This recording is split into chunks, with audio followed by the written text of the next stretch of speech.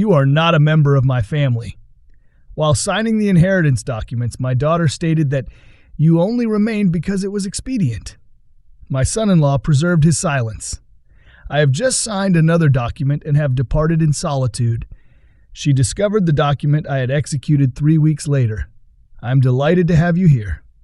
Please continue to read my narrative until the conclusion and provide a remark regarding the metropolis from which you are viewing it, so that I may ascertain the extent of its progress.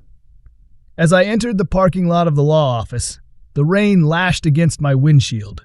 My arthritic hands grasped the steering wheel more tightly than was necessary, partially due to the pain and partially due to the anxiety that was gnawing at my stomach. Indy had summoned me to sign these documents today, and I was unaware of the reason. However, her demeanor did not permit any inquiries. Please be present at 3 o'clock, Mother. Please ensure that you arrive on time. Your signature is required on these documents. I deactivated the engine and remained seated, observing the rainfall cascade down the windshield. I had believed that I had progressed beyond the stage of feeling like a chastised child at the age of 65, but it appears that I was mistaken. As I shook the rain from my umbrella, the receptionist inside the building scarcely glanced up. She informed me that they are anticipating your arrival in Conference Room B, and they are not interested in engaging in small talk. The hallway appeared to be lengthier than it should have been, with each step forward bearing the weight of a finality. I had been sensing it for months, the perceptible change in Indy's gaze, the pause in conversations when I entered rooms, and the murmured conversations between her and Lance. Before entering, I gently tapped. Lance was seated beside Indy, who was dressed in a crisp navy suit. Lance's focus was centered on a mound of documents. Neither of them was in place when I arrived. Indy stated without glancing up from her phone, "You are 5 minutes tardy. I apologize for the deluge. It is not a problem. Please take a seat. We are required to complete additional tasks following this." After settling into the hardback chair across from them, I placed my tattered purse on my lap. Lance's arrangement of documents in front of me was the sole sound for a brief period. Indy explained, her voice antiseptic, that these are the final distribution documents for Dad's estate. We have already reviewed all of the information. This is merely a formality to facilitate the transfer of the remaining assets.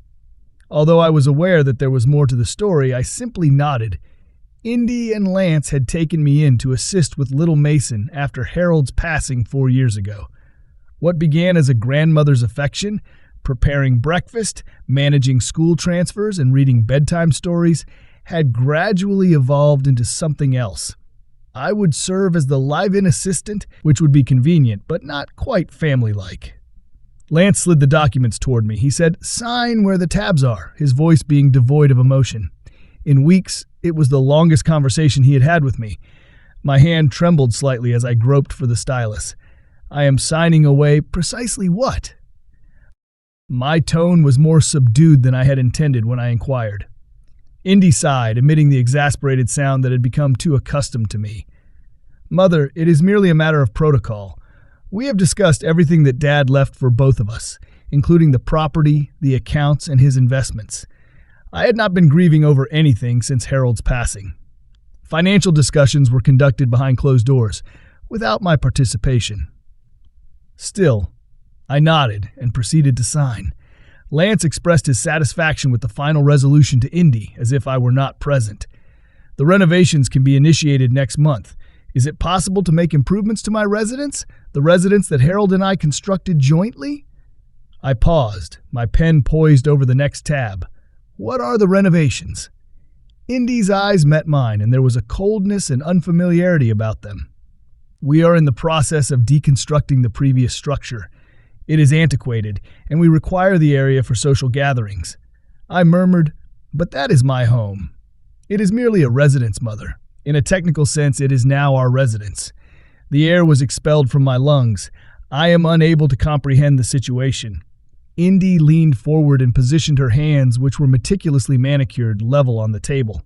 "I would like to clarify this. The game of residence is concluded. Because Mason was younger, it was logical for you to remain with us. He is currently enrolled in a full-time academic program. However, I was under the impression that, what did you think? That you would remain with us indefinitely? That was not the case. I gazed at my daughter, a stranger with eyes that were both familiar and unfamiliar. What matter is this?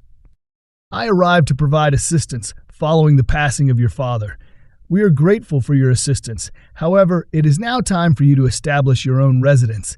The table was shattered by the impact of my stylus. To which location will I travel? Lance appeared uneasy for the first time, but Indy's expression remained unaffected. Brentwood is home to an attractive retirement community. We have already investigated the matter on your behalf. The words strike with the force of physical impacts. A retirement residence? They had been preparing for this, all those hushed conversations, the abrupt inquiries about the furniture I wished to retain, the nonchalant mention of an old friend who delighted in her new senior living arrangement. I again reached for the pen, and a peculiar tranquility enveloped me. I would be willing to endorse. Walking away would be my course of action. I would vanish from their meticulously organized existence. Indy gathered the documents without a word of gratitude as I added my final signature. The fluorescent light caught her wedding ring, which Harold had assisted Lance in selecting, as she slid it into a folder. "Is that all?" I inquired, gradually ascending. Lance affirmed that this is all. However, my pupils are still not meeting. Indy's voice interrupted my departure as I grasped my purse. My mother, refrain from making this more difficult than it is necessary. You are not a member of my family. You simply remained because it was expedient for all of us. The words are more profound than any weapon. I did not retrace my steps. I concealed the emotions that welled up in my eyes from her. My footsteps reverberated in the hallway as I exited. She would uncover the actual document I had signed 3 weeks later. 3 weeks later, everything would undergo a transformation. However, at that precise moment, as I traversed the rainy streets to my vehicle, I was merely an elderly woman with a shattered heart and no place to call home. I felt concurrently claustrophobic and too empty as I unpacked the solitary suitcase of belongings that Indy had designated as mine in the small motel room. The residence that was no longer my home was where I spent the remainder of my life, which encompassed 4 decades of memories, mementos, and treasures. I placed Harold's photograph on the nightstand, my fingertips resting on his beaming countenance. I murmured to him, "You would be so disappointed." I was unable to fall asleep that evening. Every time I closed my eyes, memories flooded in, not in the form of gentle waves, but as a devastating inundation. I recalled Indy as a young girl who was eager to present me with her spelling test, which had earned her a gold star. She was lacking her front teeth. I recollected the day of her high school commencement and the pride Harold and I felt as she delivered her valedictorian speech.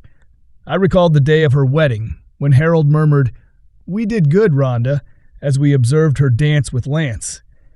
And then Harold was diagnosed with pancreatic cancer. 6 months, the physician stated. For 8 years, he fought with all of his might. Harold murmured to me in his hospital bed, holding both my hand and Indy's, "Promise me that you will take care of each other." We both nodded, tears streaming down our faces, a pledge I had fulfilled, a vow she had abandoned. Indy was expectant with Mason at the time of Harold's passing. Lance and she had recently acquired their new residence, and their professional endeavors were experiencing significant growth. They were feeling exhausted.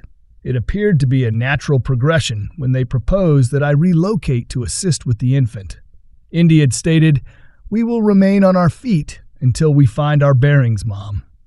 We would be deeply grateful." Without hesitation, I disposed of my diminutive condominium. For what purpose did I require it? I was required by my family. The first year with Mason was a whirlwind of the sheer pleasure of witnessing a new life unfold, first smiles and midnight feedings. Indy resumed her employment while I established a regimen with my grandson. Mason and I formed a partnership. However, as the years progressed, a change occurred. Indy's requests were transformed into demands. Lance's gratitude evolved into anticipation. The guest room was designated as Rhonda's as opposed to Mom's or Grandma's. "Would it be possible for you to prepare supper by 7? The Brighton family is scheduled to visit.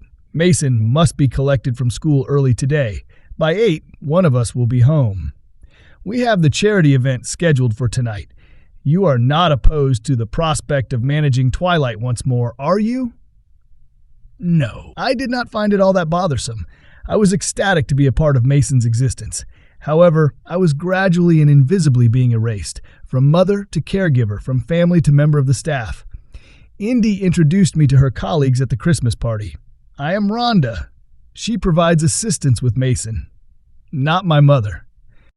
That was a painful experience. Subsequently, Indy would arrive tardy at Mason's school events, assume responsibility with a cheerful demeanor, and express gratitude to me for assisting, as if I were an employee rather than his grandmother.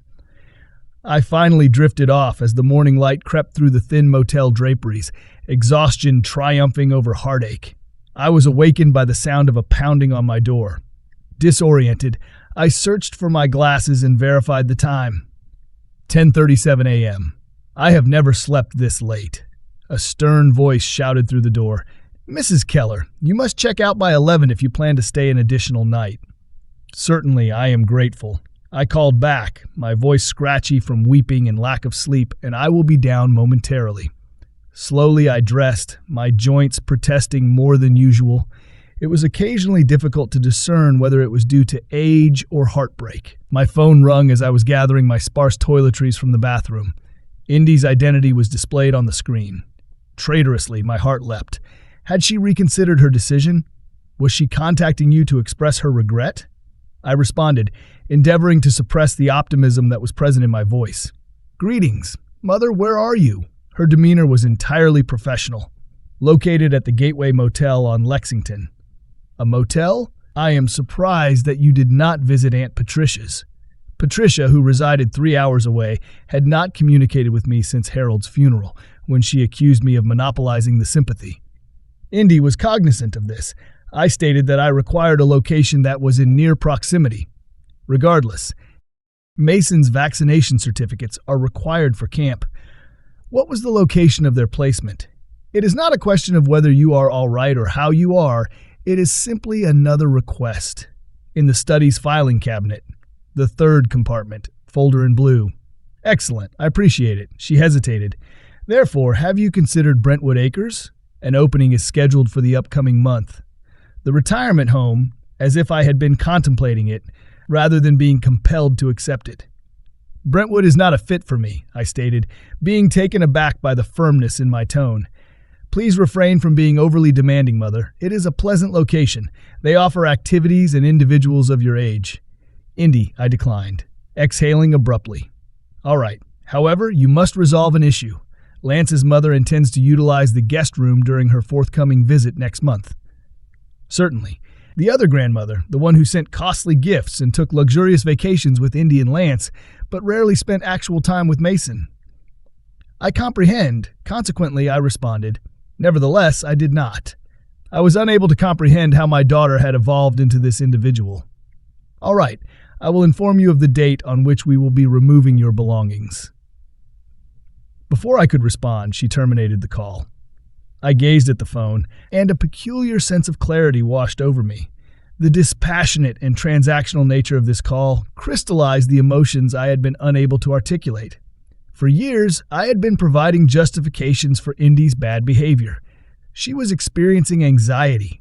She was driven by ambition. She was burdened with an abundance of responsibilities. However, the reality was more straightforward and more distressing. She no longer held me in high regard. I sat on the edge of the motel bed, holding Harold's photograph in my palms. I informed him that I had fulfilled my obligation. She was attended to by me. However, she is neglecting my well-being. I gazed at my battered leather purse, which contained a copy of the documentation from yesterday, which I had signed with such obedience. Indy and Lance had completely overlooked the small act of self-preservation that I had discreetly altered with a single checked box before signing the papers due to their haste and hubris. When the processing was finalized in 3 weeks, they would discover the actions I had taken, not out of malice, but out of necessity. The property in Cape Cod that Harold had left exclusively to me, our secret sanctuary, would remain mine. not included in the estate that they so enthusiastically divided. It was not a fortune, but it was something. It belonged to me.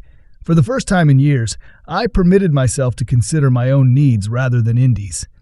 I once more reached for my phone as I dialed a number that I had not used in years. "Greetings, Martin. Rhonda Keller is the individual in question. I require your legal counsel." The office of Martin Goldstein was characterized by the aroma of coffee and antiquated literature. He was semi-retired at 72, but he had been Harold's friend for 40 years and our family counsel for nearly as long. He raised his eyebrows as he examined the documents I had brought. "Rhonda, you selected box 14C. He gazed at me through his reading spectacles. "Did you comprehend the actions you were taking?" I nodded, using my quivering hands to straighten my skirt. "Yes, I did." Additionally, they failed to observe. They didn't even bother to look. "Lance has just informed me of the location where I should sign." Martin's lips curled into a smile as he reclined in his chair. The irony would have been appreciatively received by Harold. He was correct. Harold had always admired modest strength, the kind that did not make a statement. I had observed him outsmart numerous aggressive merchants with nothing more than patience and attention to detail over the course of our 43-year marriage. I inquired about the property once more, despite the fact that I was already familiar with the narrative. I simply desired to hear it from an individual who had a positive memory of Harold. Martin's irises became more empathetic. "Harold visited me 4 years ago, immediately following his diagnosis. He desired to safeguard you by guaranteeing that you would always have a private space." He touched the container. "He presented you with the Cape Cod residence as a gift. He made a deliberate effort to ensure that it remained distinct from the family estate. Our private sanctuary by the sea, the Cape Cod home. 30 years prior, we had acquired it at a bargain price during the period of undeveloped land. Harold recognized the potential of the weathered cottage, which boasted an unobstructed ocean view. We gradually renovated it over the years, transforming it into our own private sanctuary." Martin continued, "The property has tripled in value since you purchased it. According to a conservative approximation, the current figure is approximately $2.8 million. I exhaled. "Is it that much?" In the past decade, that region has experienced a significant increase in population.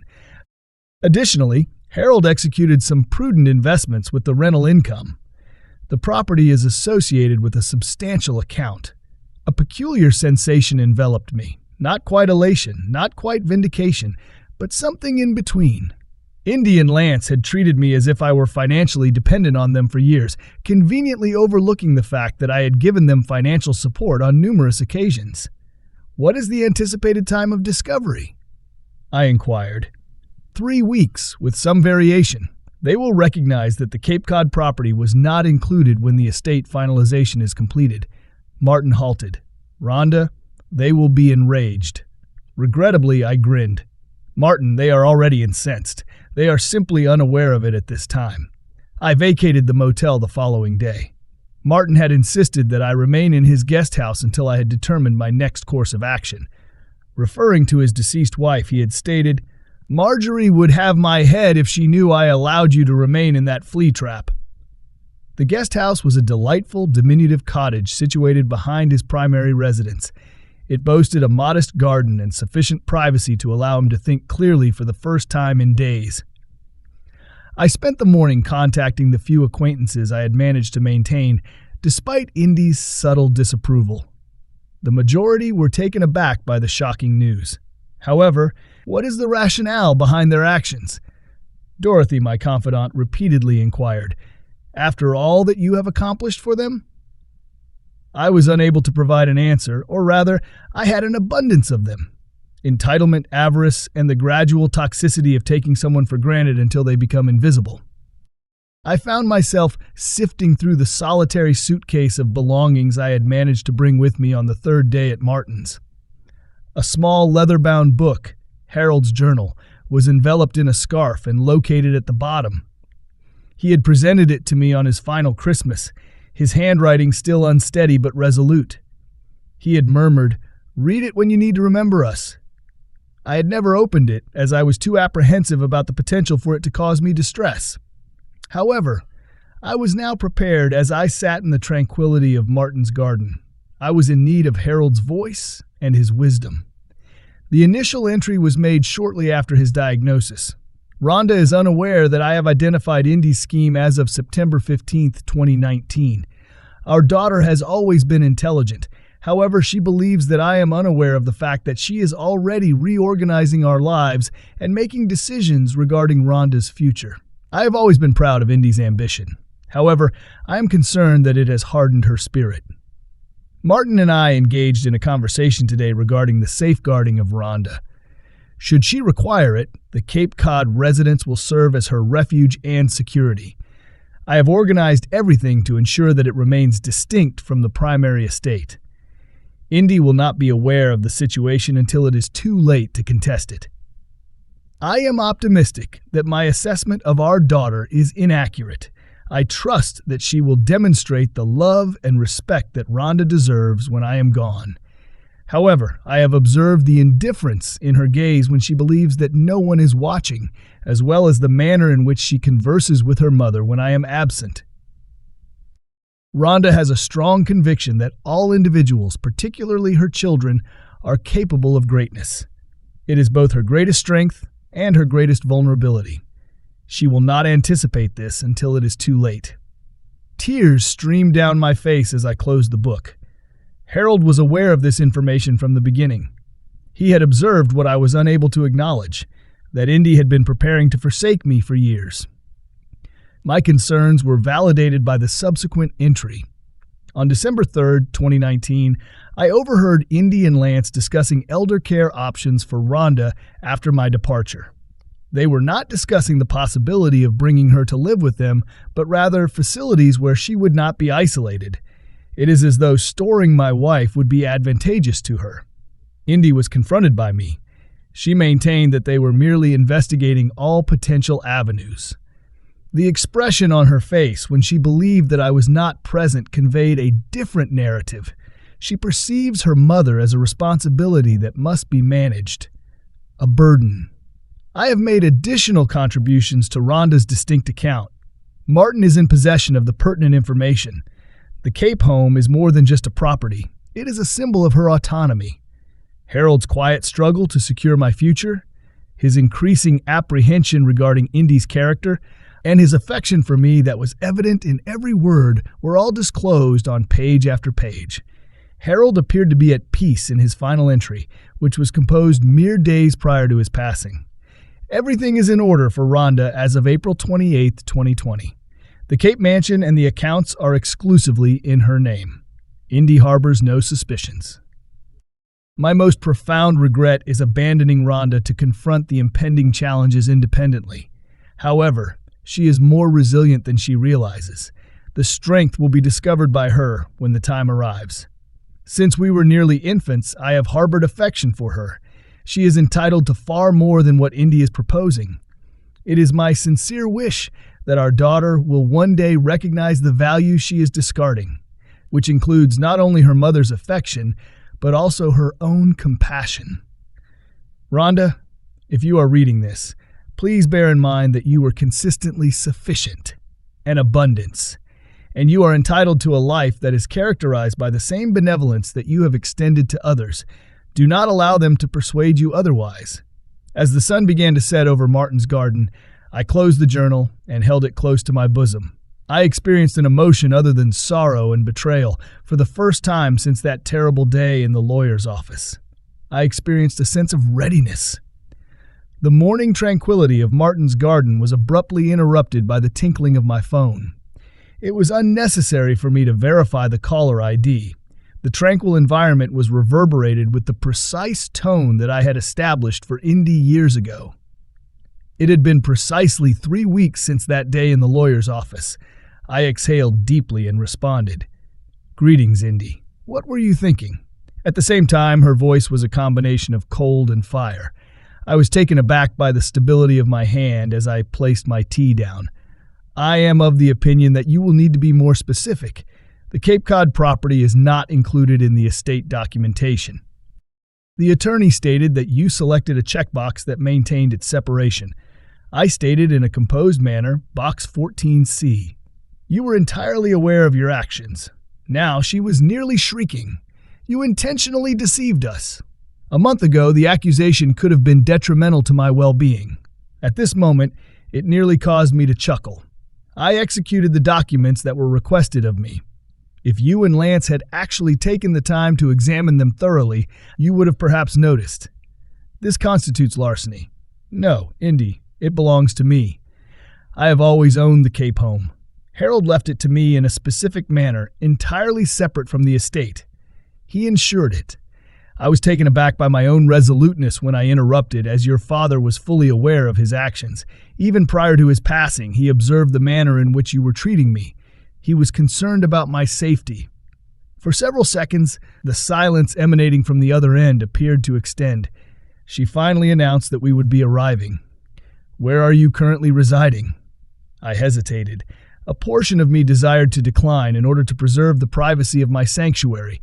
However, another aspect of me, possibly the more powerful one, desired to confront her and maintain my position.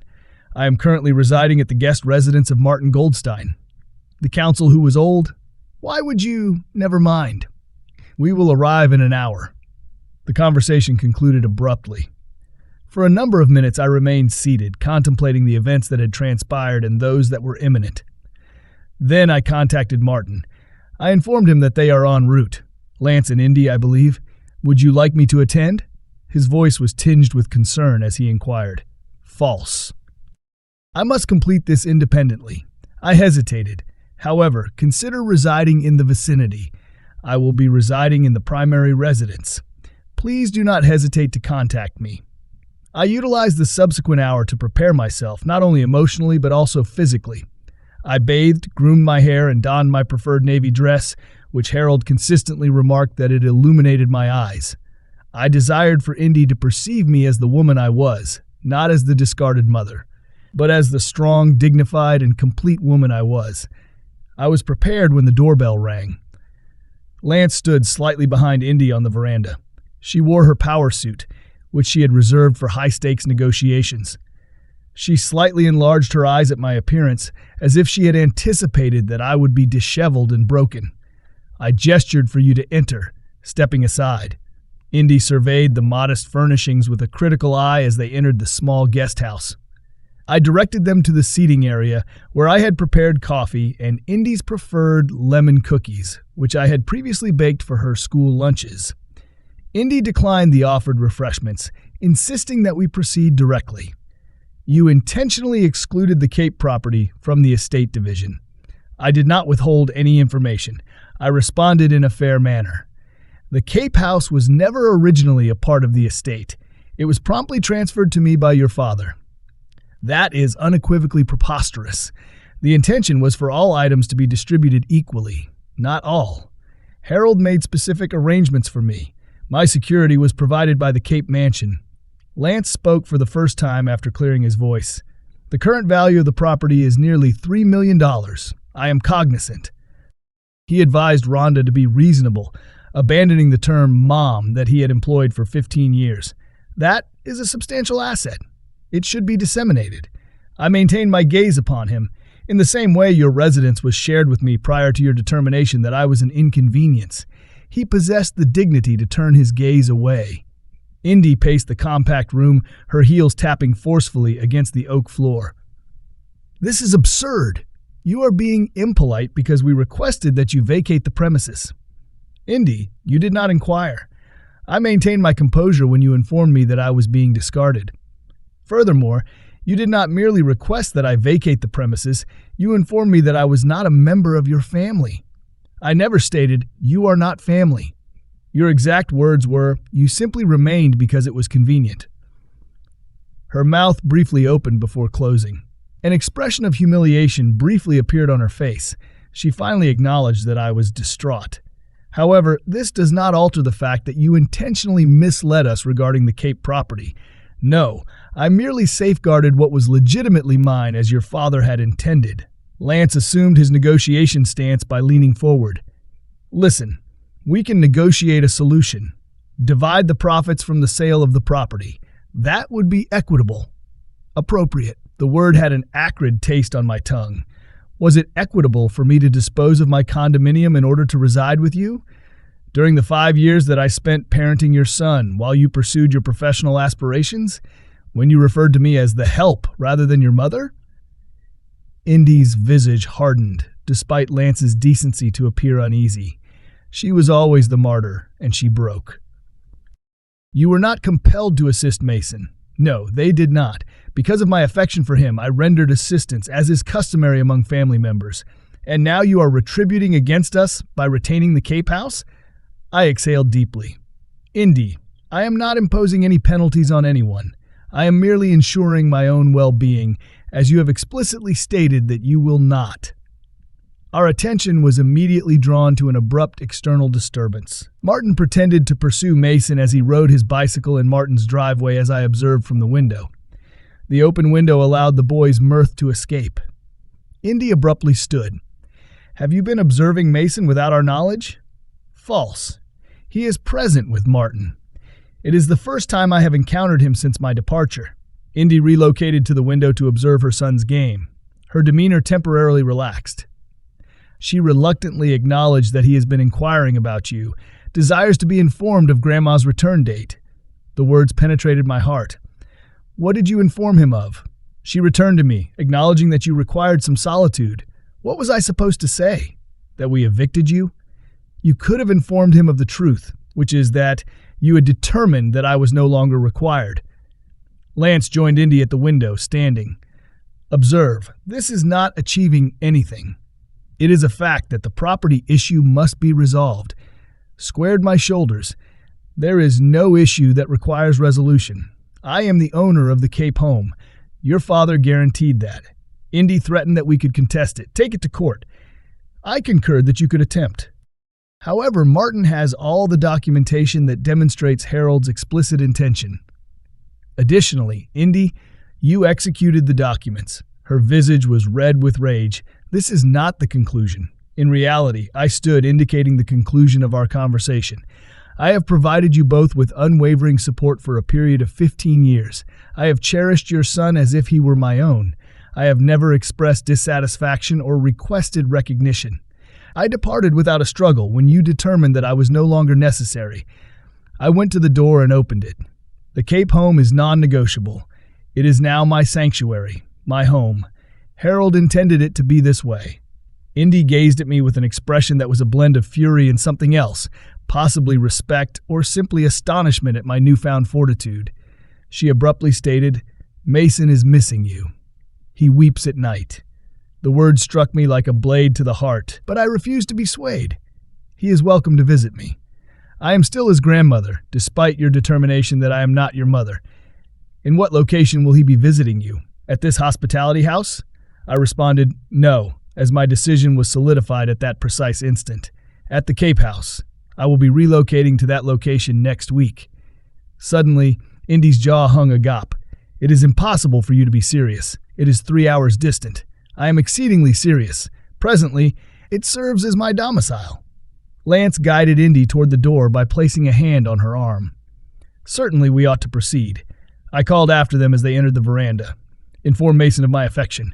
Regardless of the events that have transpired between us, this will remain unchanged. Indy paused, refusing to retrace his steps. This is not in accordance with Dad's wishes. Although she was unaware of my expression, I forced a melancholy smile. In reality, Indy, it is precisely what he desired. He was more familiar with me than any other individual, and he was also familiar with you. Straight-backed and resolute, they departed without uttering another word. I observed as they approached Mason, who was still cycling in circuits around Martin from the window. The child immediately abandoned his bicycle upon recognizing his parents and ran to them with outstretched arms. However, prior to reaching them, he turned and waved enthusiastically at me through the window. Tears stung my eyes as I reciprocated the gesture. This was merely the commencement. It was not the conclusion. The Cape Cod home was both identical to my memory and entirely distinct. All of the following remained unchanged: the creaking front veranda, the weathered blue shutters, and the way the light moved across the parquet floors in the afternoon. But the house now felt both empty and full of possibilities, as Harold's booming guffaw and perpetually misplaced reading spectacles on various surfaces no longer filled the rooms. I had been readjusting to the seclusion of my new home for the past 2 weeks, relearning to hear my own voice without the constant background din of other people's expectations. I was in the process of arranging wildflowers in Harold's favorite vase when the phone rung. Unknown number. I briefly contemplated sending it to voicemail, but ultimately decided against it. Greetings. Who is Mrs. Keller? Hesitant, the intonation of a male. Lance is the individual in question. The receiver was firmly grasped by my hand. Lance, this is entirely unanticipated. He paused. I am aware. I am literally in town, in close proximity to you. In Cape Cod, that is. For what reason? I have a conference scheduled in Boston. I drove down to, I am genuinely unsure of my purpose for being here. He sounded distinct in some respects, less self-assured and more human. Would it be possible for us to converse in person? My initial reaction was to decline in order to safeguard the sanctuary I had established. However, there was something in his tone that caused me to hesitate. Siabzi is a coffee establishment located on Main Street. I can meet you at that location within 30 minutes. Thank you, he said, and I was convinced that he meant something. On a Saturday, Siabzi was relatively peaceful, with only a handful of travelers remaining to enjoy late lunches. Lance was immediately visible to me, seated at a corner table and gazing into a mug as if it held the answers to queries he had not yet posed. He awkwardly pulled out a chair when he saw me, standing. I am grateful for your attendance. I sat, intently observing him. The polished corporate facade fractured enough to reveal the strained man beneath, and he appeared fatigued. Lance, what is your purpose in being present? He had a nervous propensity of twisting his marital ring, which I had observed years prior. I have been engaged in a significant amount of contemplation since our most recent conversation. Regarding your statement, regarding our conduct towards you. Waiting, I refrained from simplifying the situation for him. He continued, Mason weeps for you every night.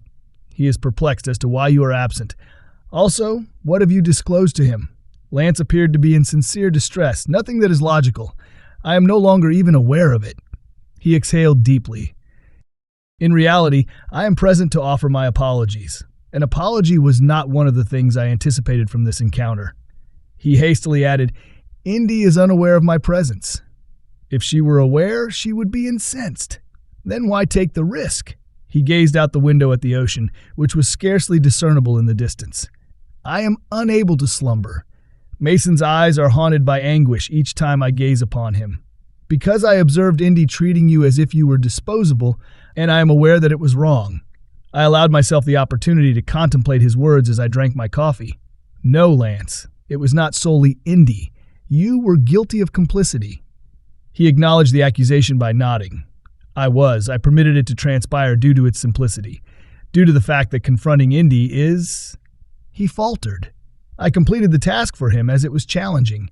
She has consistently possessed an unwavering determination. That is a charitable perspective. He smiled with remorse. I am uncertain as to how to articulate her transformation. Sub-zero. Compute. Not only with me, but with all individuals. Is this inclusive of you? His silence sufficed.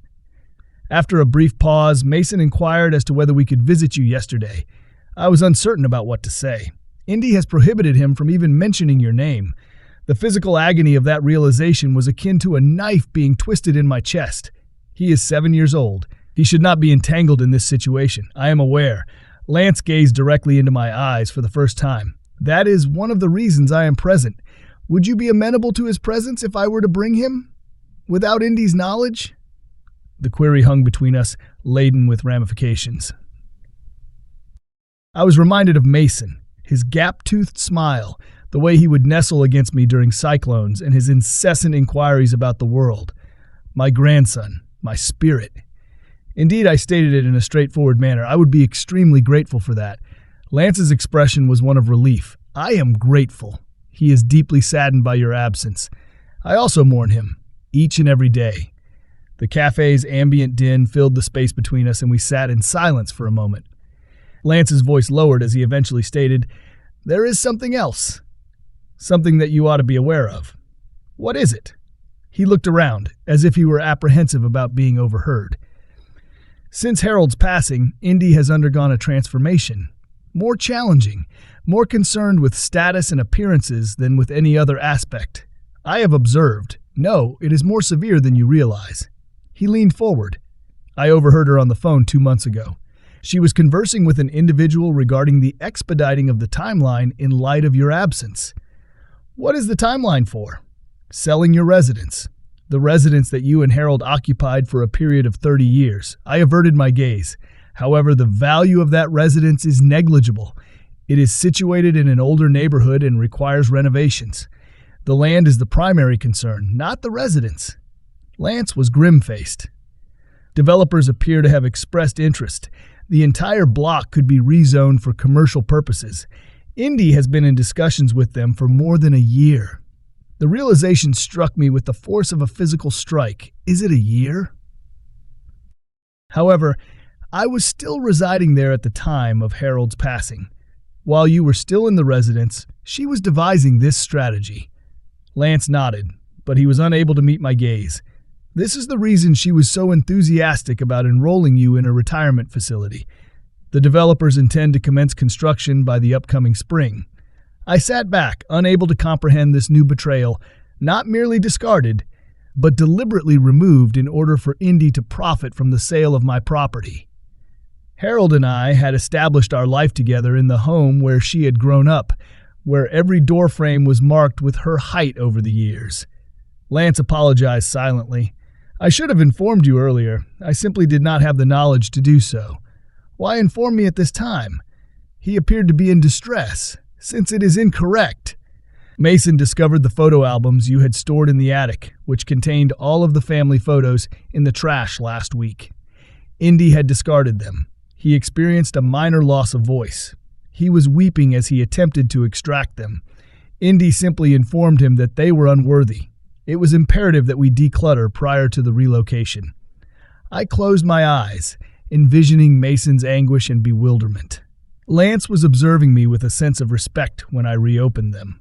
Rhonda, you are more formidable than any of us. You have consistently been. Not necessarily more robust. Rather, it is simply ancient. I have gained more experience in the art of survival. He offered a melancholy expression. Next Saturday would be an appropriate day to bring Mason. Indy could discern that I was taking him fishing. Surprising myself, I nodded, feeling a surge of delight rise in my chest. Indeed. Saturday would be ideal. Lance hesitated as we parted ways outside the cafe, but he eventually stated, Harold would be proud of you for standing your ground and finding your voice. My eyes were filled with emotions as a result of the unexpected compassion. I appreciate your expressing that sentiment. I observed him depart, a man whom I had assumed I knew, but who was gradually disclosing himself to be more intricate than I had previously believed. Certainly not a hero, and certainly not blameless, but perhaps not wholly a villain either. While driving home, I began to contemplate the possibility of second chances, but not for Indy.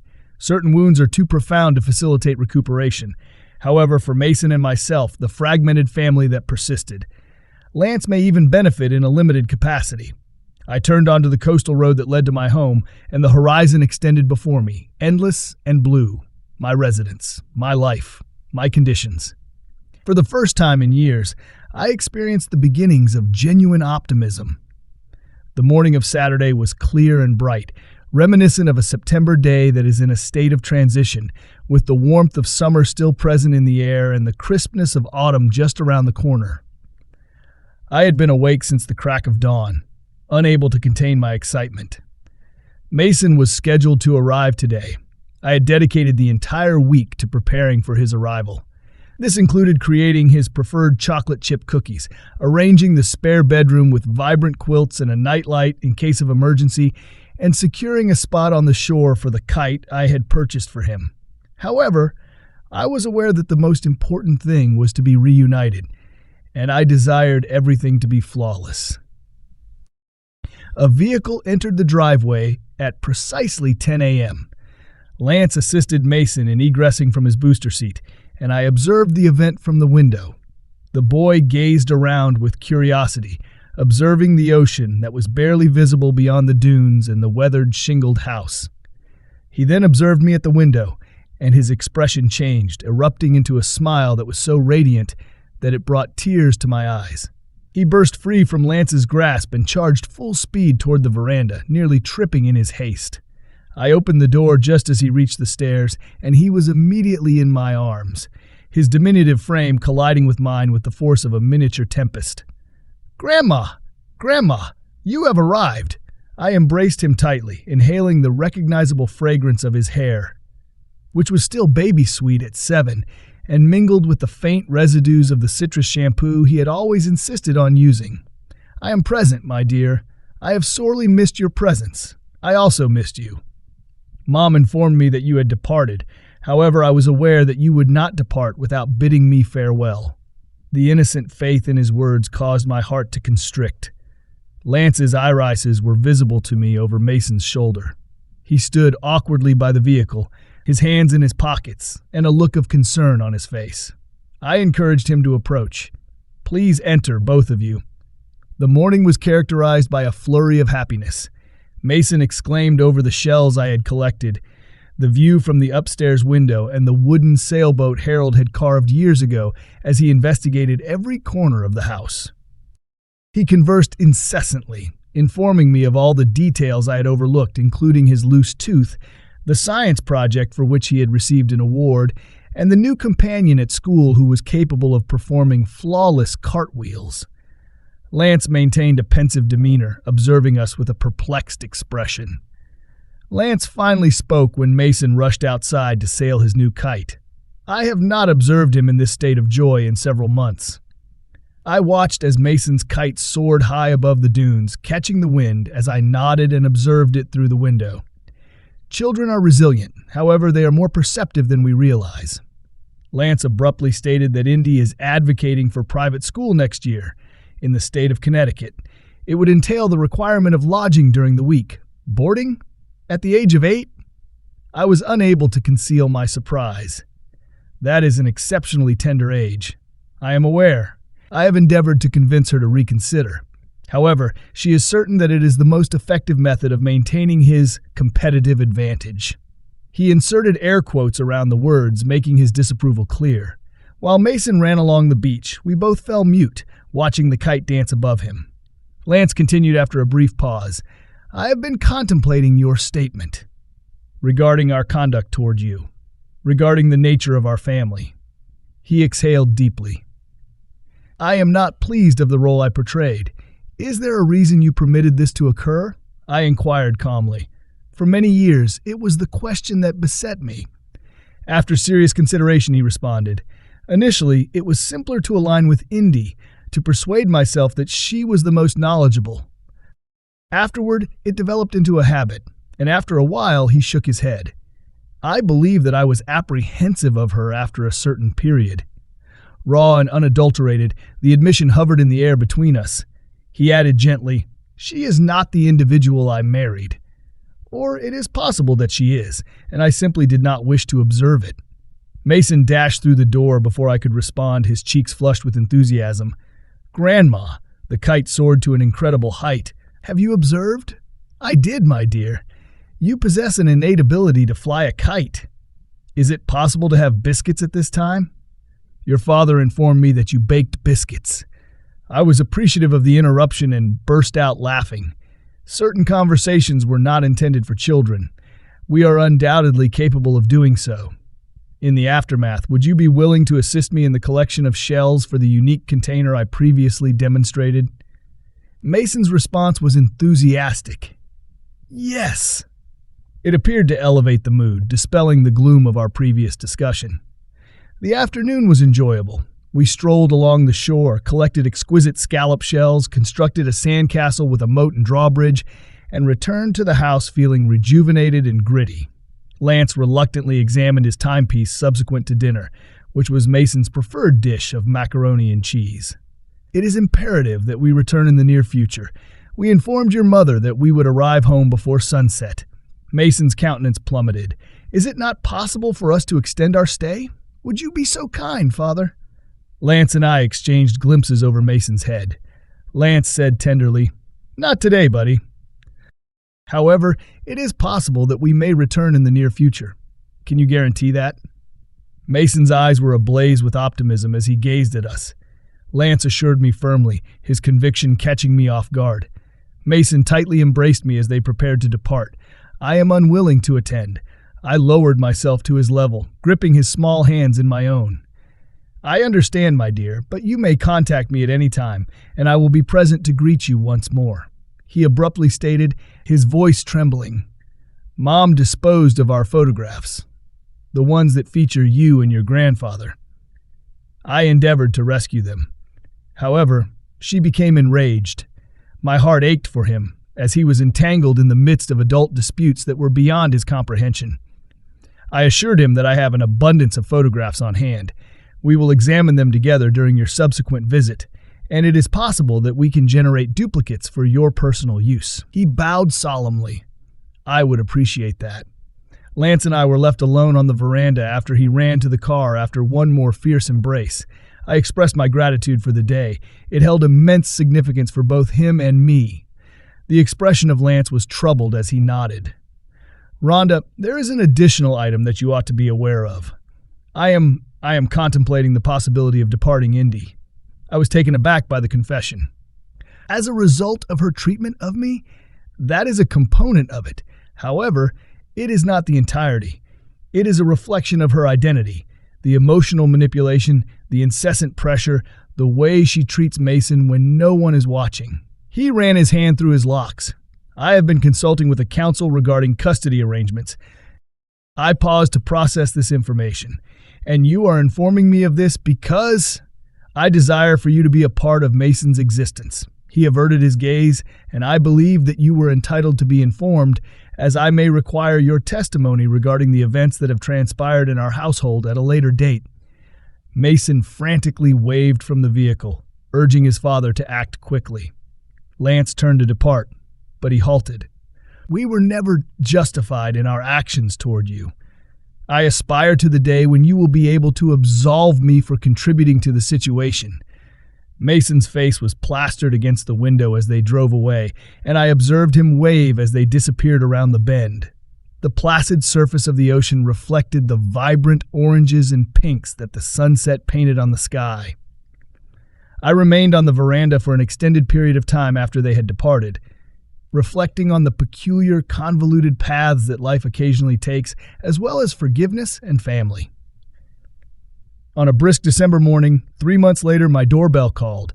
Mason was seen bounding enthusiastically beside Lance's car in the driveway as I observed it through the window.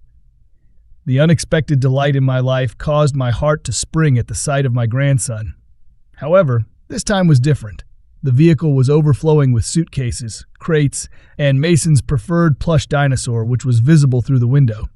As they approached, I opened the door, my eyes beating with inquiries. Lance stated, "We departed. This time for real." Mason, in spite of the circumstances, was beaming widely as I gazed at him. What transpired? Lance, gazing thoughtfully at Mason, stated, "We can discuss it at a later time. As of now, we are in search of a place to reside while I finalize the details. Mason proposed that there may be a location in close proximity. We inquire as to whether you are aware of any desirable communities. It registered on me that this was not merely a visit. This marked a new beginning." I gazed at my grandson, observing his trusting eyes and optimistic countenance. Harold's modest wisdom and foresight were on my mind. I reflected on the voyage that had led me to this moment of decision. I suggested that I may be able to direct them to the exact location as I widened the door to extend a warm welcome. The house Harold had left me was no longer merely my sanctuary. It was transforming into the home it was always intended to be. A place brimming with love, second chances, and the calm strength that results from choosing kindness over resentment, even when the journey is challenging. I caught a glimpse of the ocean through the window as I assisted Mason in carrying his knapsack inside. It was immense, changeable, and beautiful, much like life itself and the future that lay before us, unwritten and full of possibility. I am now inquisitive about your response to my narrative. What would you do if you were in my position? Have you ever encountered an experience that is comparable? please leave a comment below.